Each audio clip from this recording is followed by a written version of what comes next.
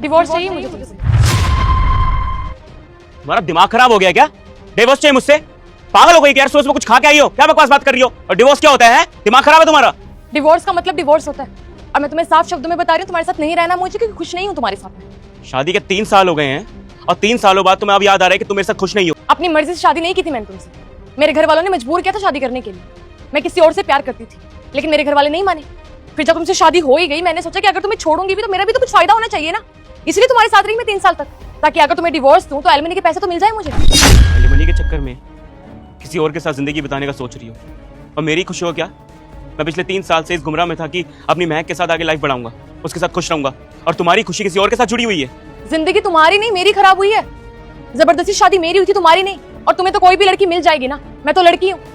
अब मैं जिससे प्यार करती थी मैं उसी के साथ रहूंगी। रोहन नाम है उस लड़के का जिससे मैं प्यार करती हूँ, और हमने प्लान बनाया था कि तुमसे शादी करने के बाद मैं तुमसे डिवोर्स ले लूंगी, फिर जो एलिमनी के पैसे मिलेंगे उससे हम दोनों अपनी नई लाइफ शुरू करेंगे। और मेरे घर वाले भी मना नहीं करेंगे, क्योंकि घर वालों के लिए तो ये बहुत बड़ी बात होगी ना कि डिवोर्स होने के बाद मुझे एक लड़का मिल गया शादी करने के लिए, मेरा खुद का नया घर बसेगा। तो बस ले लिया तुमसे डिवोर्स। दे दूंगा मैं डिवोर्स, बाहर में जाओ तुम।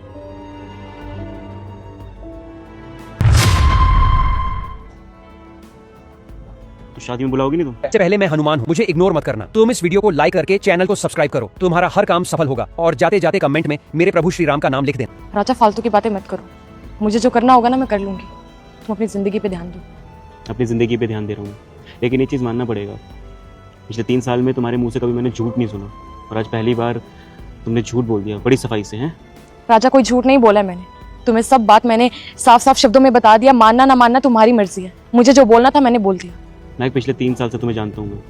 इन 3 सालों में शायद तुमने मुझसे प्यार करा नहीं करा, लेकिन मैंने तुमसे बहुत प्यार करा है। और मुझे पता है कि तुम मुझसे बहुत प्यार करती हो, करती रहोगी। और तुमने मुझसे ये झूठ बोला है कि तुम्हें किसी और से प्यार है।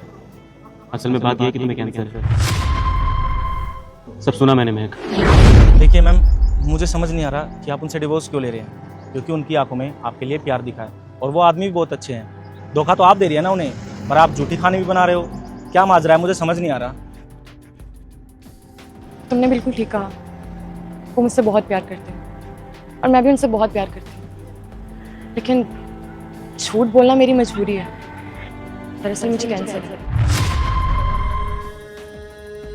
और अगर ये बात मैंने उन्हें बता दी ना तो वो खामखा बहुत परेशान हो जाएंगे और मेरी परवाह करते रहेंगे, टूट जाएंगे वो। इसलिए मैंने जानबूझ के ये झूठी कहानी बनाई कि मैं किसी और से प्यार करती हूँ और उसके साथ नहीं रह सकती, क्योंकि मुझे पता था सच्चाई जानने के बाद वो मुझे अकेला नहीं छोड़ेंगे।